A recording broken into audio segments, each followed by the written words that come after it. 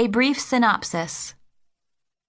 Things Fall Apart is about the tragic fall of the protagonist, Okonkwo, and the Igbo culture. Okonkwo is a respected and influential leader within the Igbo community of Umuofia in eastern Nigeria. He first earns personal fame and distinction and brings honor to his village when he defeats Amelins the cat in a wrestling contest. Okonkwo determines to gain titles for himself and become a powerful and wealthy man in spite of his father's weaknesses.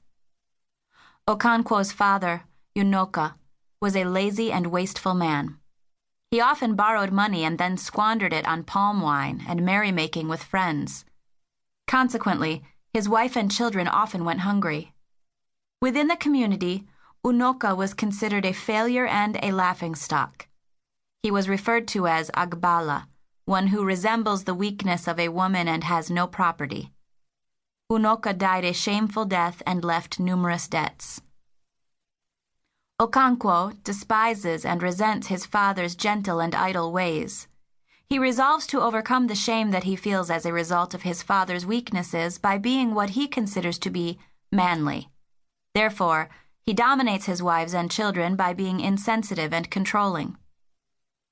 Because Okonkwo is leader of his community, he is asked to care for a young boy named Ikemefuna, who is given to the village as a peace offering by neighboring Mbaino to avoid war with Umuofia. Ikemefuna befriends Okonkwo's son, Nwoye, and Okonkwo becomes inwardly fond of the boy. Over the years, Okonkwo becomes an extremely volatile man. He is apt to explode at the slightest provocation. He violates the week of peace when he beats his youngest wife, Ojugo, because she went to braid her hair at a friend's house and forgot to prepare the afternoon meal and feed her children.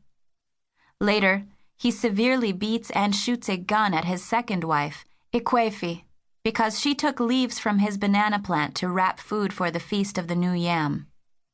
After the coming of the locusts, Obuefi Iziaudu, the oldest man in the village, relays to Okonkwo a message from the oracle.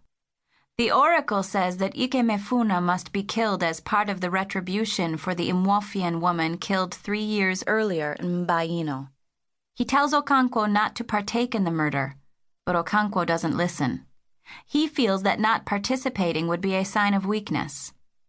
Consequently, Okonkwo kills Ikemefuna with his machete.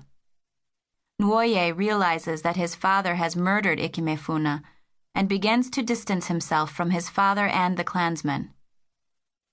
Okonkwo becomes depressed after killing Ikemefuna, so he visits his best friend, Obierika, who disapproves of his role in Ikemefuna's killing. Obierika says that Okonkwo's act will upset the earth and the earth goddess will seek revenge. After discussing Ikemefuna's death with Obierika, Okonkwo is finally able to sleep restfully, but he is awakened by his wife Ikwefi. Their daughter, Ezima, who Okonkwo is fond of, is dying.